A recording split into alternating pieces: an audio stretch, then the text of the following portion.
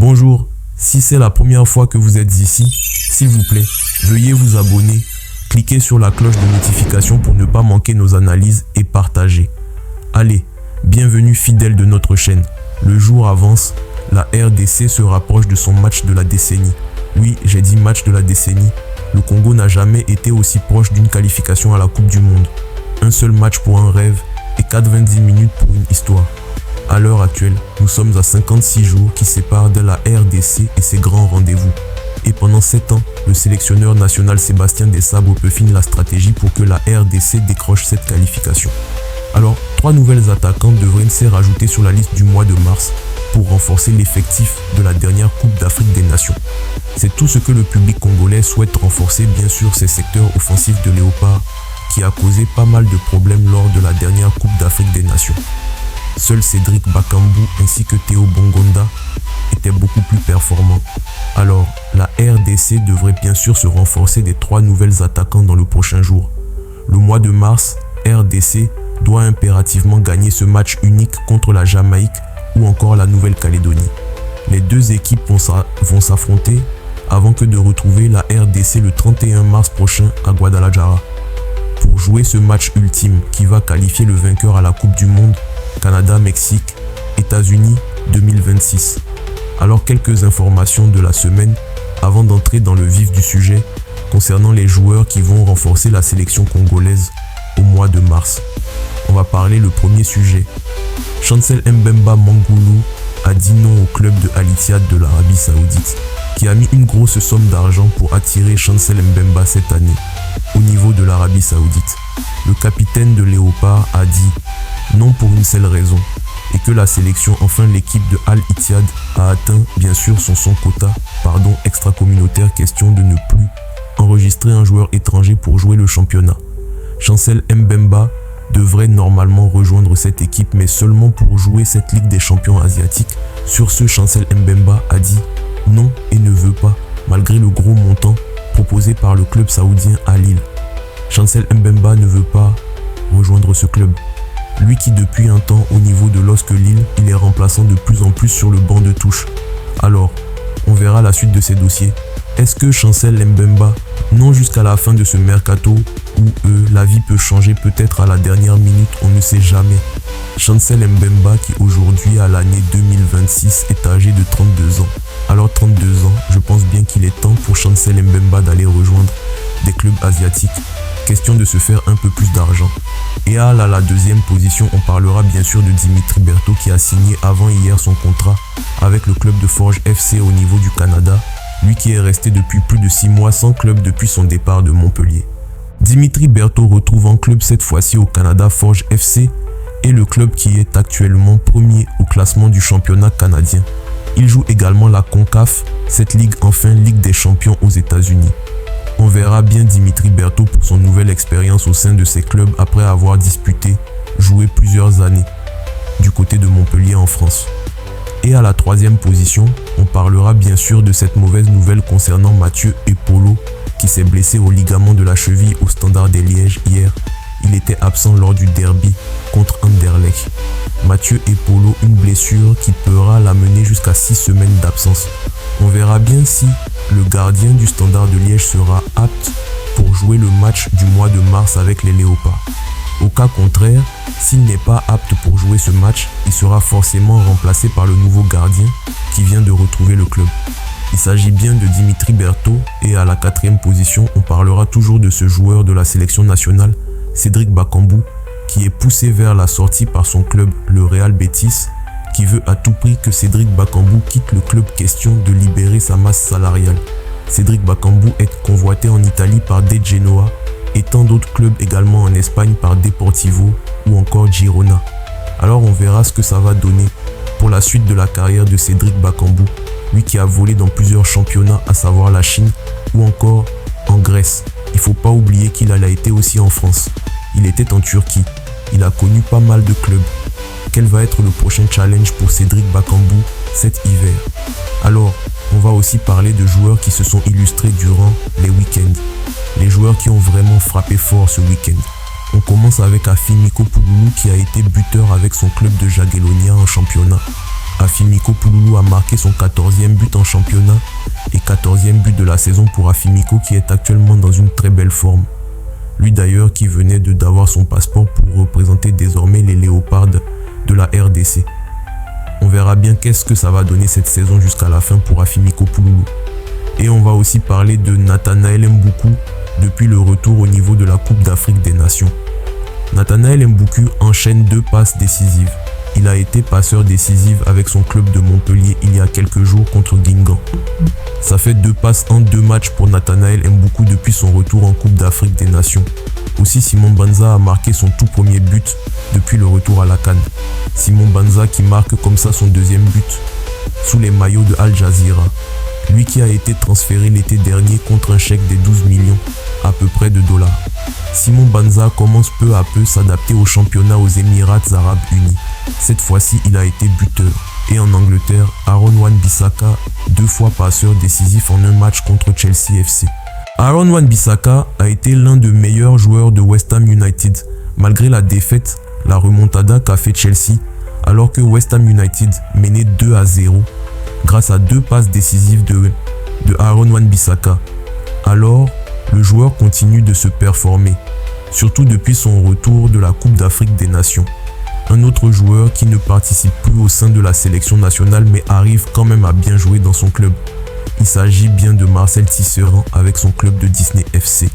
Marcel Tisserand était buteur pour offrir bien sûr la victoire à son club de Disney FC lors du derby australien. Marcel Tisserand a marqué un but et en Espagne, Brian Sipenga était passeur décisif avec son club de Castellón.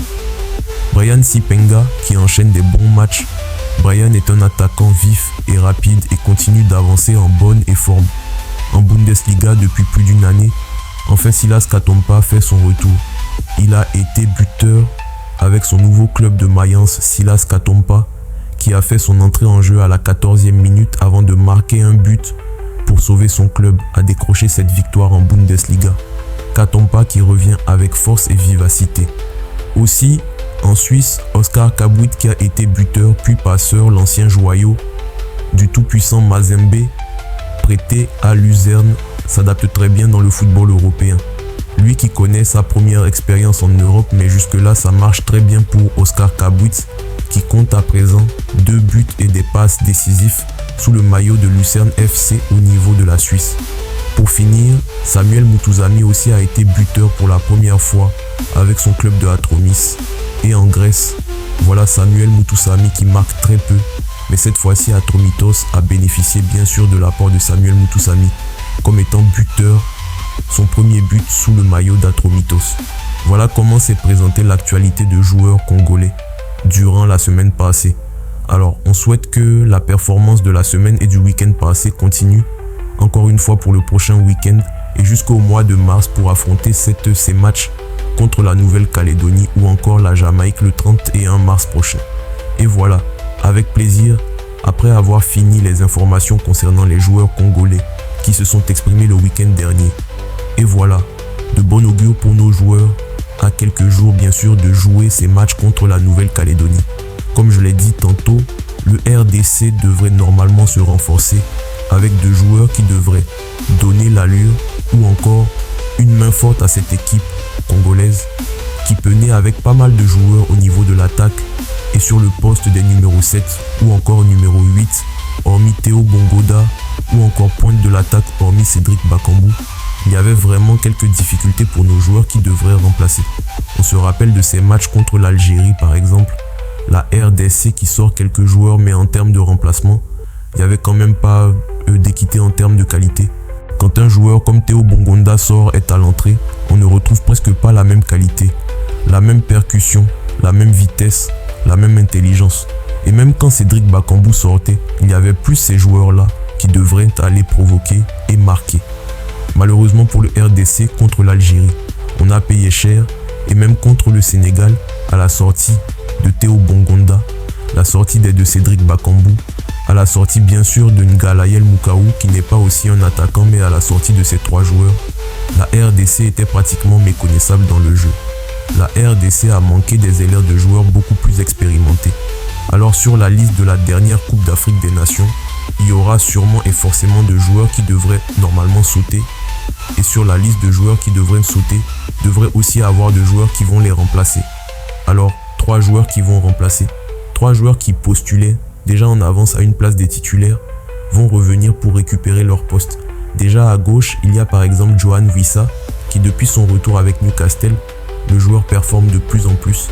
Et au mois de mars, on pense bien que Johan Wissa qui nous a manqué cruellement sur ses côtés gauche, où on a vu tantôt Nathanaël Mboukou jouer ou encore Meshak Elia.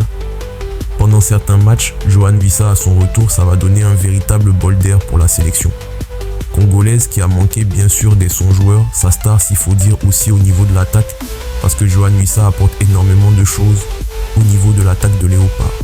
Et en plus de ça, pendant les informations du week-end, je vous ai parlé de la performance de Silas Katompa. Silas Katompa qui a joué avec son club de Mayence, il a retrouvé la Bundesliga. Et la manière dont Silas Katompa a joué, c'est qu'il a apporté sur le terrain avec Mayence, avec crainte de le dire. Je pense bien que la qualité de Silas Katompa a manqué bien sûr à la RDC au cours des matchs, comme contre le Sénégal ou encore contre l'Algérie. Un attaquant puissant et qu'il va un peu plus vite. C'est vrai, Brian Sipenga peut faire l'affaire, mais en termes de qualité, Silas est un peu plus en avance par rapport à Brian Sipenga aussi. L'expérience de la sélection nationale, Brian Sipenga arrivé il y a quelques mois seulement, et du coup il joue une compétition aussi majeure que la Coupe d'Afrique des Nations. C'était quand même une expérience très compliquée pour le joueur.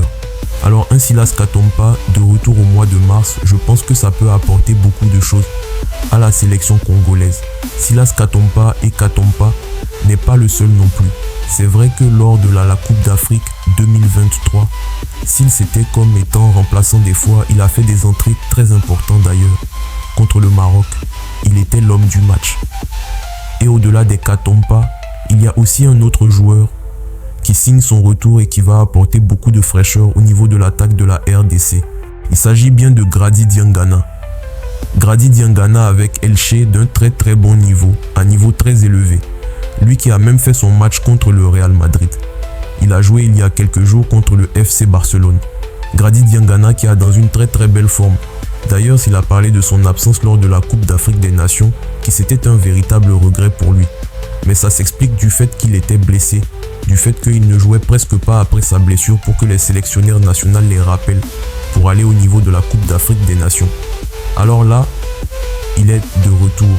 Il explique même la raison ou encore les raisons de ses blessures à répétition ces derniers temps. Il n'avait pas de pré-saison de haut niveau.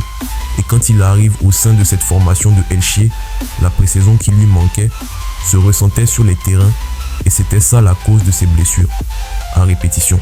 Alors, on espère bien retrouver un Grady Diangana au top de sa forme et qui va apporter beaucoup de choses au niveau de l'animation offensive de la RDC. 3 joueurs, Silas Katompa, Grady Diangana, Johan Wissa, vont être ces joueurs qui vont nous donner énormément de tonus niveau de l'attaque. Johan Wissa, je rappelle qu'il peut jouer également comme avant-centre. Silas Katompa qui peut aussi jouer dans l'axe. D'ailleurs, son but avec Mayence, c'était en plein axe. Et Grady Diangana qui peut jouer en même temps à gauche ou encore à droite. Et même aussi au niveau de l'axe. Donc voilà des options qui peuvent nous apporter beaucoup de choses au-delà du fait que le sélectionneur devrait aussi rajouter quelques sons nouveaux. Tels que le joueur du Fenerbahçe, Anthony Moussaba par exemple. Si jamais il arrivait à accepter Anthony Moussaba par exemple, ou encore Arnaud Kalimwendou, de joueurs qu'on souhaite bien dans l'avenir les avoir. Et pour l'instant, ces trois joueurs que je vous ai cités, des joueurs qui se sont déjà acclimatés dans la sélection nationale, qui connaissent les contextes de la sélection nationale, qui connaissent beaucoup de choses au sein de ces groupes. Alors ces 3 absents nous manquaient énormément au cours de cette Coupe d'Afrique des Nations, qu'on a manqué un petit peu de l'expérience au niveau de l'attaque. Et en plus de ces 3, je voudrais même rajouter, je peux appeler ça comme bonus un attaquant. Bien sûr, je l'ai dit pendant le nouvel de joueurs du week-end qui se sont illustrés, il y a Fimiko Pouloulou. Il ne faut pas non plus oublier qu'Afimiko Pouloulou déjà, puisqu'il a son passeport, va être un joueur très important qui va postuler à ses postes d'avant-centre ou encore d'ailier. À ce poste, Afimiko Pouloulou d'un très bon niveau actuellement, 14 buts en championnat, va postuler au mois de mars comme étant un joueur qui veut bien sûr jouer et faire des bonnes performances avec les Léopards. Après, le choix reviendra bien sûr au sélectionneur national Sébastien Desabre. Il fera son choix qui est ramené et qui n'est pas ramené. Mais s'il faut dire sur elle, la dernière liste de la Coupe d'Afrique des Nations remplaçait 4 joueurs, 4 attaquants pour faire place d'abord à ces 3 attaquants que j'ai cités tantôt. Silas Katompa, Grady Diangana et Yohan Wissa. Ensuite, chercher une place pour Afimiko puisqu'il vient d'avoir son passeport. Pour moi, je dirais, je sais pas, vous allez aussi faire votre choix qui est remplacé parmi les joueurs qui ont été sélectionnés au cours de la Coupe d'Afrique des Nations. Moi, je pense qu'on peut remplacer Brian Sipenga, peut-être remplacé par Yohan Wissa. Michel-Ange Balou-Kwicha peut être remplacé par Silas Katompa. Et Fiston Mayele peut être remplacé par Grady Diangana. Je sais pas, ça fait 3 joueurs. Fiston Mayele qui n'est pas aussi en forme depuis un temps, je pense qu'il peut être remplacé par Afimiko Pouloulou. Voilà, c'est un peu du kiff-kiff. Je sais pas s'il va être repris ou pas, mais pour le moment, les 3 joueurs que moi je pense qu'ils peuvent être remplacés par le sélectionneur national. Je l'ai cité. Alors, dites-nous en commentaire qui peut être remplacé parmi les 3 joueurs qui montent en puissance. Qui peut être le joueur qui va être remplacé par Sébastien Desabre sur la dernière liste de la Coupe d'Afrique des Nations que le RDC a joué. Dites-nous en commentaire ce que vous pensez. Voilà pour le moment. Merci de nous avoir suivis. Restez toujours branchés pour plus d'informations et d'analyses. Merci, à la prochaine.